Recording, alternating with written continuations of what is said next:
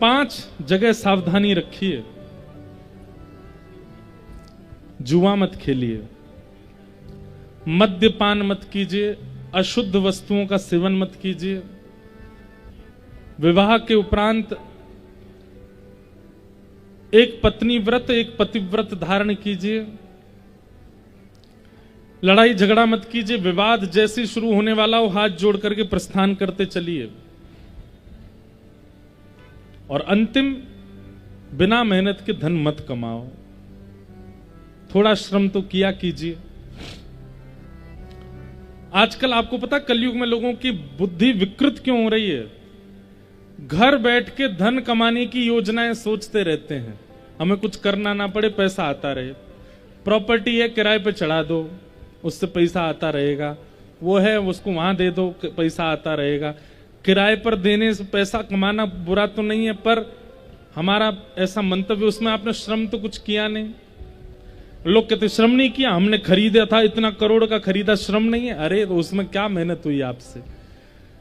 तो फिर ऐसा क्या करना है? तो बोले किराए का जो ये पैसा आता है, या फिर ये स्टॉक मार्केट में लोग लगे रहते हैं, कुछ भी करते हैं जिसमें कोई मेहनत तो होती नहीं है, पैसा आता है, ऐसे धन को सेवा में लगाओ।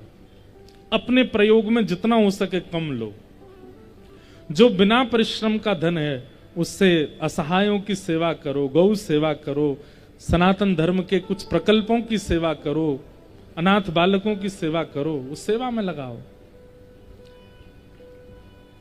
अब एक एक चीज का स्पष्टीकरण करना पड़ता है, क्यों कई लोग यूं कहते हैं तो महाराज जी लूट मार करके भी कमा के अगर सेवा में लगा दे तो कोई दिक्कत तो है नहीं, किसी से लूट के लगा दिया जाए, ऐसा करना नहीं है। सीधी बात है कि पड़े पड़े जो कमाई हो रही है ना, उससे विकृति आती है, इसलिए उसको सेवा में प्रयोग करो। इस प्रकार पंच स्थान प्रदान किए। राजा परीक्षित स्वयं आखेट को वन में गए, शमिक ऋषि के आश्रम गए। ऋषि के आश्रम जाकर के धैर्यता का प्रमाण देना चाहिए, लेकिन कलयुग जब आपके चित्त पर हावी होता है तो सबसे पहला प्रहार आपके धैर्य को नष्ट करता है। लिख लीजिएगा कहीं पर, अगर किसी व्यक्ति में धैर्य नहीं है तो इसका मतलब यह है कि उस पर कलयुग का प्रभाव है। धैर्य जानते हैं? पेशेंस, सब्र, ये जिसके चित्त में नहीं है, बहुत ज्यादा उतावला रहता है किसी भी चीज में, समझ जाना कलयुग का प्रभाव है उसके ऊपर।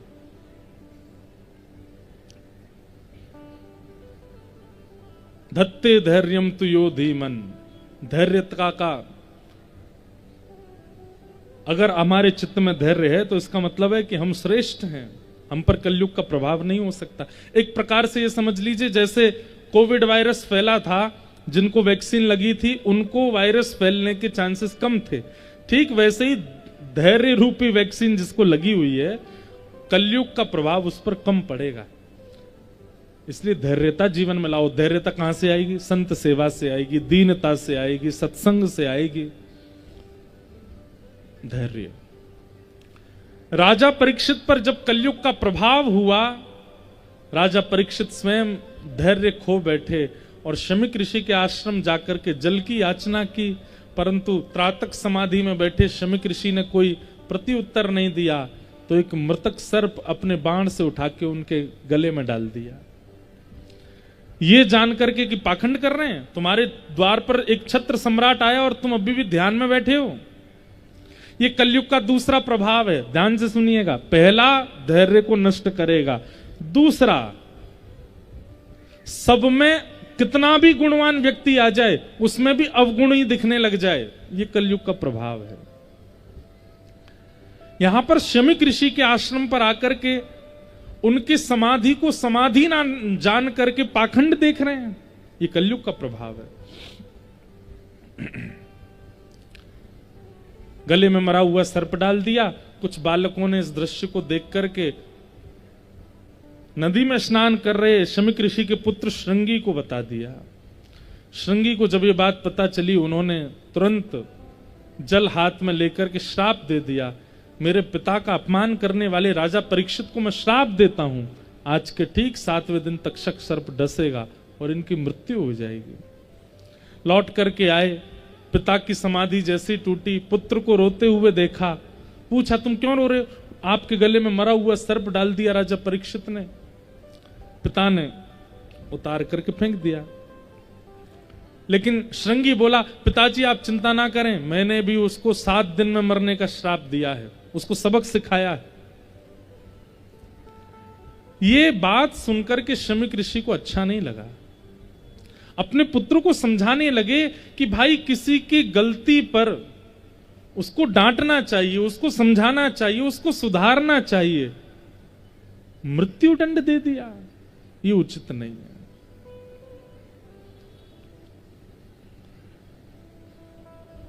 अपने गौरमुख शिष्य से कहा, जाकर के राजा परीक्षित को बता दो उनके जीवन के 7 दिन शेष हैं।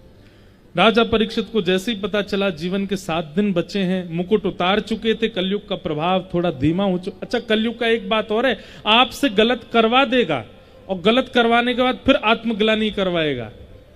बाद में आप रोते रहोगे, मैंने ऐसा क्यों कर दिया, मैंने आवेश में आके कर दिया, मैंने क्रोध में आके कर दिया, मैं उस समय आपे से बाहर हो गया। ये आवेश, आपे से बाहर होना, ये सब कलयुग का प्रमाण है कि वो आपके ऊपर हावी है। आपका वश अपने ऊपर नहीं है, इसका मतलब किसके ऊपर वश है? कलयुग आपको वशीकरण करके बैठा है। इसलिए भैया सत्संग नित्य किया करो, नाम जप नित्य किया करो, ठाकुर जी की सेवा नित्य किया करो, उत्तम श्लोकों का नित्य चिंतन किया करो। नहीं तो कलयुग आपको पता भी नहीं चलेगा कब आपके संपूर्ण भाव को अपने वश में कर लेगा। राजा परीक्षित जैसे ही सुना 7 दिन में मरने का श्राप लगा, अपने पुत्र जन्मेजय को राज्य गद्दी पर बिठा करके गंगा के तट पर चले गए। संतों से जाकर के पूछने लगे, म्रियमाण व्यक्ति जिसके जीवन के केवल 7 दिन बचे हैं, उसकी मुक्ति का उपाय बताओ। और तभी उस सभा में श्री सुखदेव जी महाराज का आगमन हुआ। बोलो सुखदेव जी महाराज की। बहुत सुंदर प्रसंग है। यहाँ पर परीक्षित के प्रश्न, सुखदेव जी का प्रत्युत्तर, सब कुछ अद्भुत है, पर सबको हम प्रणाम करते हैं। परीक्षित जी ने चरणों में प्रणाम करते हुए पूछा, महाराज अतः पृच्छामि संसिद्धिं योगिनां परमं गुरुं पुरुषस्य यत् कार्यं म्रियमाणस्य सर्वथा। जिसके जीवन के केवल 7 दिन बचे हैं, उसको अपनी मुक्ति के लिए क्या करना चाहिए, कृपा कर मुझे बताओ। और इसके उत्तर में अब यहां से 2 स्कंद से श्री सुखदेव जी महाराज बोलना प्रारंभ करते हैं कि वरीयानेशते प्रश्न कृतो लोकहितं नृप आत्मवेद सम्मतः पुंसां श्रोतव्यादिषु यप्पर। एक बात सुनिएगा, इसका विस्तार मैं ज्यादा नहीं करूंगा, पर गुरु कौन? जो प्रश्न का उत्तर दे दे, जो शंका का समाधान कर दे, ये सब तो है ही, पर इस वाक्य से लगता गुरु कौन? जो प्रश्न करना सिखा दे, वो गुरु है। हमें प्रश्न करना नहीं आता, हम कुछ भी पूछते हैं। प्रश्न कैसा होना चाहिए, कई बार आपकी जिज्ञासा और आपकी प्रतिक्रिया बता देती कि आप कैसे गुरुजनों के संग में रहे हो।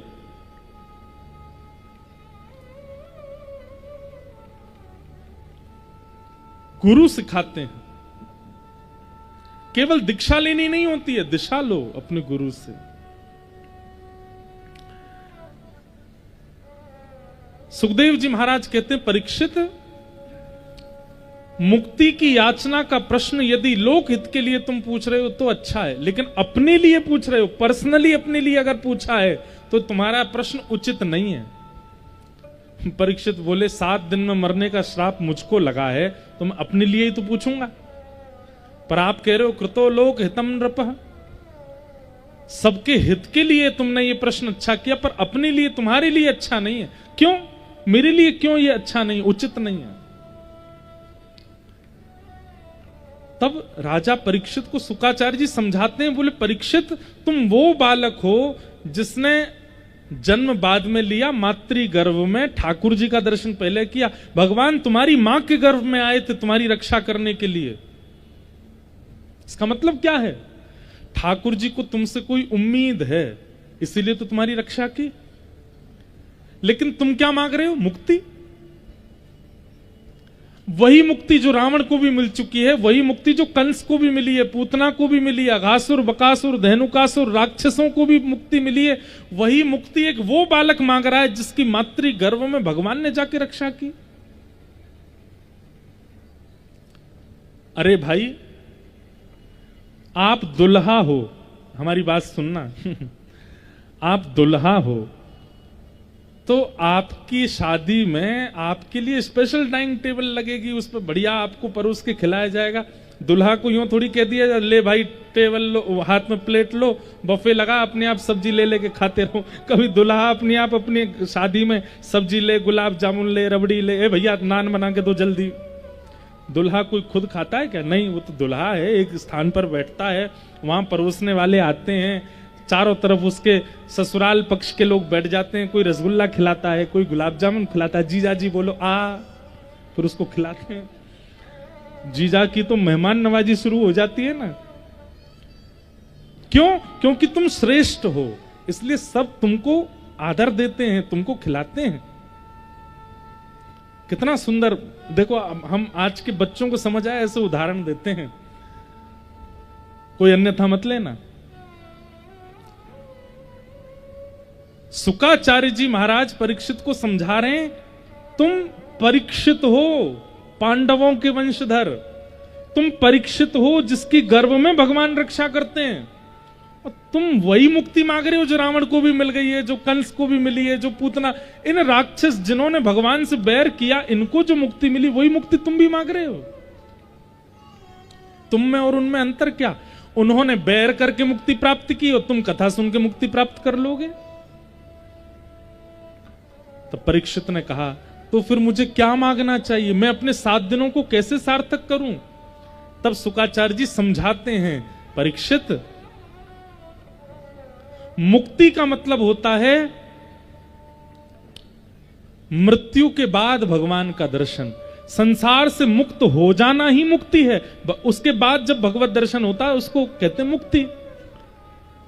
लेकिन तुम मुक्ति मत मांगो, तुम भक्ति मांगो। भक्ति का मतलब क्या? बोले जीते जी भगवान का दर्शन, जीवित अवस्था में ठाकुर जी का दर्शन। तुम भक्ति की याचना करो। श्रीमद् भागवत मुक्ति प्रदान करती है, मुक्ति दानी न गर्जती, गर्जना करती है मुक्ति देने की। लेकिन एक बात हमारी सुनेंगे,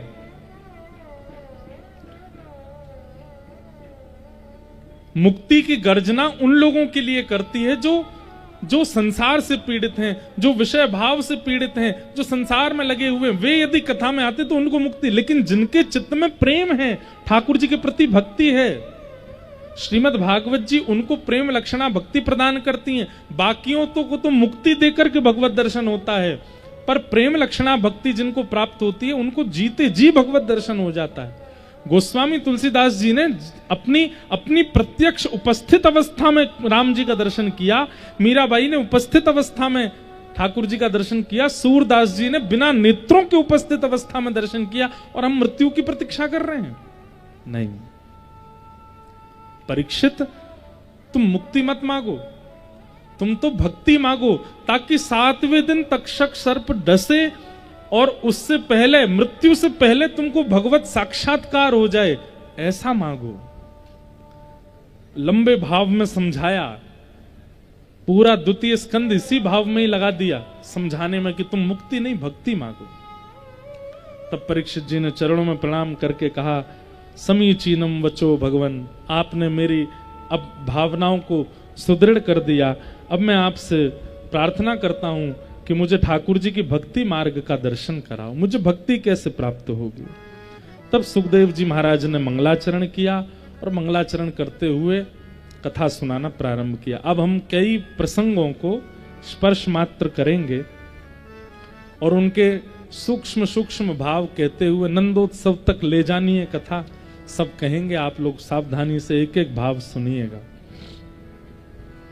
श्रीमद् भागवत की रचना एवं चतुश्लोकी भागवत का ठाकुर जी के द्वारा गायन करके ब्रह्मा जी को प्रदान करना, ये सब विषय सुनाए गए।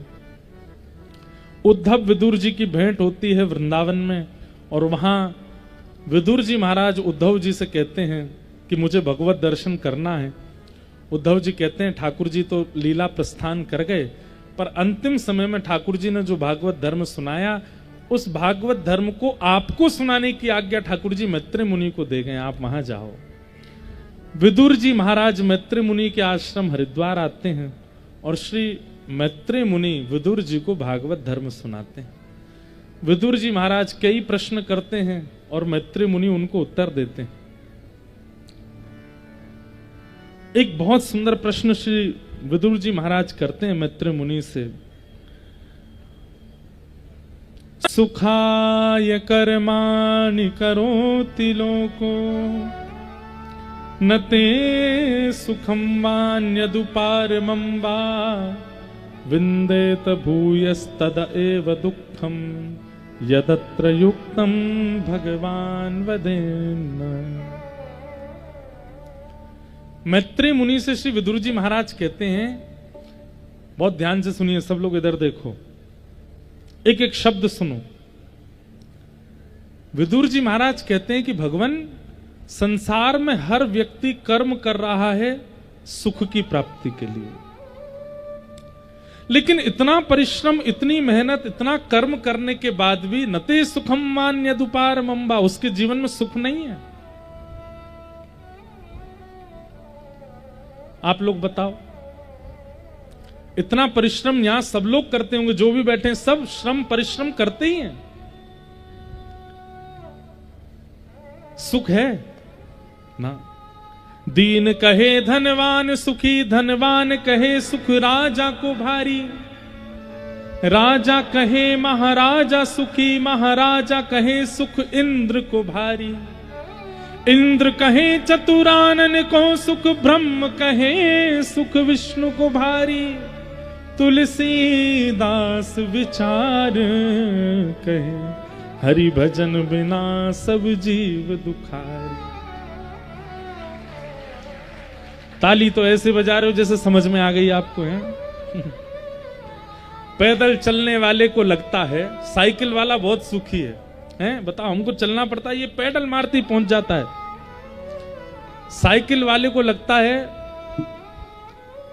स्कूटर वाला अच्छा है, स्कूटर वाले को लगता है बाइक वाला अच्छा है, बाइक वाले को लगता है एसी गाड़ी में बैठने वाला अच्छा, एसी गाड़ी वाले को लगता है बड़ी गाड़ी वाला अच्छा, पैर लंबे हो जाते हैं उसमें।